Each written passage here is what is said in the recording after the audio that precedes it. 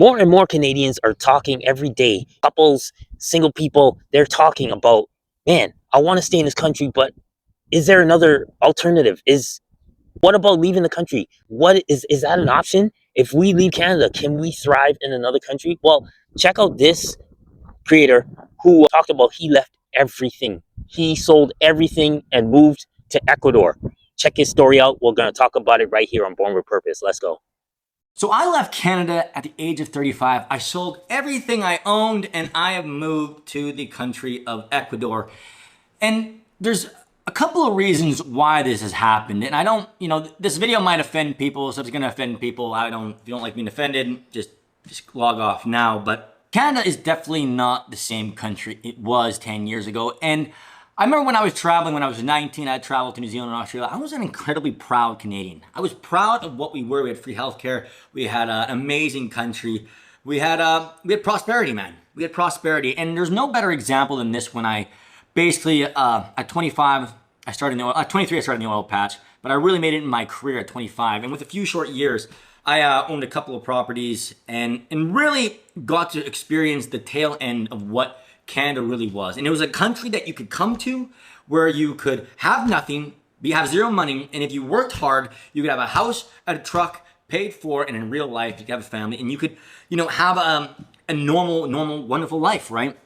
And then unfortunately, COVID happened, and it just seems like there's these puppet masters that are just grenading country after country after country.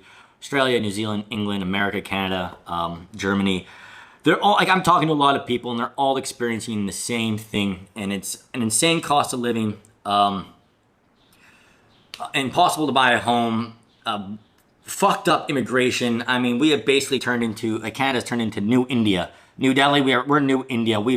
I think I looked at the numbers of the different types of visas they allow Indians, and we're talking like 10 million new immigrants. We were a population of 32 million or 34 million, and then we went up to basically 40 million. Because Canadians aren't making kids. We're not having families right now. So we have basically like 8 million new immigrants. Like 25% of our population or 30% of our population has just become from another country. And that has just...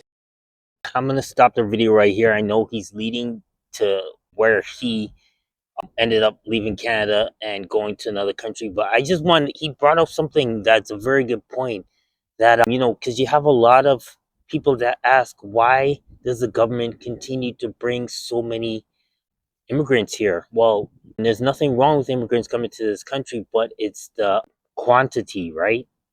And having them placed in certain areas where there's just a huge amount and not spreading them out like Toronto, Montreal, Vancouver. They got tons of them go there. But getting back to the question, right? Why so many year after year after year? Well, the thing is that Canadians aren't having as much children anymore. And I think they said the average Canadian family now has 1.2 kids. I know 1.2, obviously you can't have a 0.2, but you know what I mean? Less than 2 children.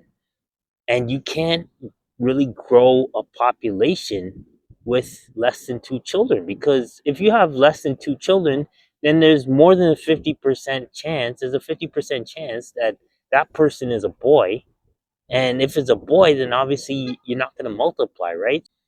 Population isn't growing in Canada, but the government has used that as an excuse to bring in more immigrants, or one of their excuses anyway. And if a country's not growing, you're going to have eventually the majority of the population, more than half of the population, will be non-Canadians. But anyway, I just wanted to mention that. Let's continue to listen to what this guy has to say. just like really strained our systems, healthcare, all these stuffs. We're paying immigrants basically to come here, and we basically turned into basically an open air, drug den in a lot of these cities. We've turned into a country that doesn't even have a code anymore. The judicial system has just completely lost its mind. Like, people that post things online are getting a bigger sentence than, people have raped kids. It's just, we got 10 out of 10 weird And these are the reasons. One of the main reasons was it crossed a couple of lines. First of all, the first line for me personally was forcing vaccinations in 2022, and then the sterilizing of kids with the hormone blockers and this rainbow stuff. But another major reason why I left is I'm 36 years old and I want to have a family and I make good money. Like I have like my life together and my shit together. And I'll tell a little story about. I started a window washing business. I stopped in the oil patch at 32 and I started a window washing business. And I had an amazing month doing the windows. And I made about $15,000. And about 5-6 grand goes to taxes. And my expenses for my house in Canada is roughly around 6 grand. 2 grand for a mortgage, $500 for utilities, $500 for insurance, $500 for fuel, and then property taxes, $500, and eating and all these things. It came to about 6 grand. So I would save about 4 grand, but I literally had no life. I would work literally 400 hours a month to do that.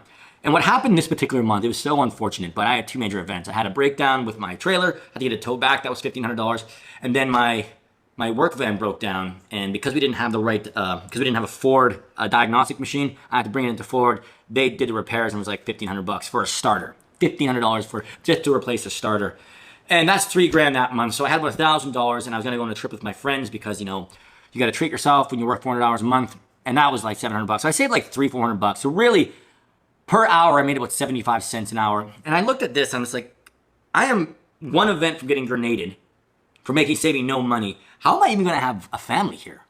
And that was another really major thing. Like I'm making $140,000 to $170,000 a year with this business, with the window washing business, and I am one event away from being grenaded. And I don't have any kids. I don't have a truck payment. I have nothing like that. All my stuff is flush. This is just basic expenses that you can't avoid: food, property tax, mortgage, things like that. And I'm looking at this, and I don't even know how people are raising a family.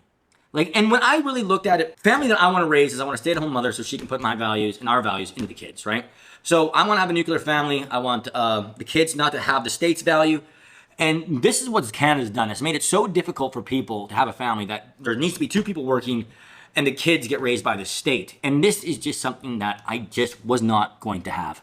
I will not have my kids in this rainbow shit, learning how to be a victim and learning that human beings are this and that whatever they're teaching here with trannies going into schools and these crazy, crazy values. And I basically decided that this isn't going to be a life for me. So what I decided to do is I literally sold everything and I moved to the country of Ecuador. I've been here several times. I've been here off and on, but it just became in Canada that I just couldn't see a future there. So the guy, he packs a lot in there. Basically, this guy had a big successful business, but he had so much expenses that he really couldn't afford to live in Canada and be prosperous. So he moved everything to Ecuador, left everything, took everything on Canada and moved to Ecuador because he wants to raise a family. And he said something very significant in here. He goes, I left as a single person and I don't know how. He said, I don't know how families live in Canada and survive. And I'm paraphrasing, obviously. Well, you're looking at one. I am 50 years old and I have 4 children and I live in this country. And needless to say, it is not easy. This is why, and I wish I had this sooner in life, this is why I got this hungry mindset that I am going to do whatever it takes to succeed in this country, which means that I gotta live past the blue collar life. I gotta stop thinking that it's just 9 to 5. And like currently I do have one of those jobs, but trust me, when I'm done work and as tired as I am sometimes, I go out and I'm like, I gotta start building. I gotta start producing. And I wish I could do this full time, but I'm not in that place. And I know there's a lot of creators out there who are not in that place to do this full time because they live in a country that doesn't allow you to do that. Imagine, a country that doesn't want you, where you have to have 2 plus incomes, I should say, because there's a lot of 2 double income families and it's still not enough. Like what happened to the nuclear family where the husband can go out and raise a solid income while the wife can stay home, have her own business, raise the children? And I know some feminists are probably watching this and be like, oh, how dare you? This, no. I have no problem with women working. Trust me, I don't have a problem with it. But I'm saying it families are strongly developed when the man, the father, the husband can be the sole provider and take care of all the expenses. But in North America, that's difficult to do. It's very difficult to do. And Canada doesn't push it. Canada does not push the nuclear family. So imagine this, like, for example, Toronto, right?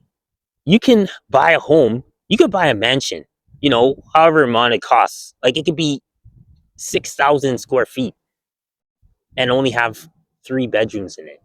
You could have a 6,000 square foot home with only 3 bedrooms. What does that say? That is saying that even the builders, they don't build homes for you to have much children. Like for me to have 4 children is way above the national average. It's it's crazy, and that's why a lot of people are exiting Canada. A lot of people are exiting Canada because they want to make an income and still be able to thrive, not have a 6-digit income and you're still paycheck to paycheck. You're still wondering how all the bills are going to get paid. It's ludicrous, and and what I don't like is when some people say, "Oh, you're a traitor for leaving your country. Why don't you just stay here? You don't love your country." No, a lot of people who leave love Canada, but they can't survive in Canada financially. And sometimes it's just envy talking, and they wish they could do the same thing. Mind you, like it's difficult to leave this country if you want to. Like I said, I could go on and talk about this, but I want to know your thoughts of this creator and what he's doing. Do you agree with him? Do you agree that maybe it is the only way we can thrive is to leave this country? How can we? How can you survive in this country and thrive? Not survive. How can you thrive in Canada? I want to know your thoughts. Let me know. Like, share, and subscribe to Born with Purpose. I'm your host, D.A. Bourne, and God bless. I'm out. Peace.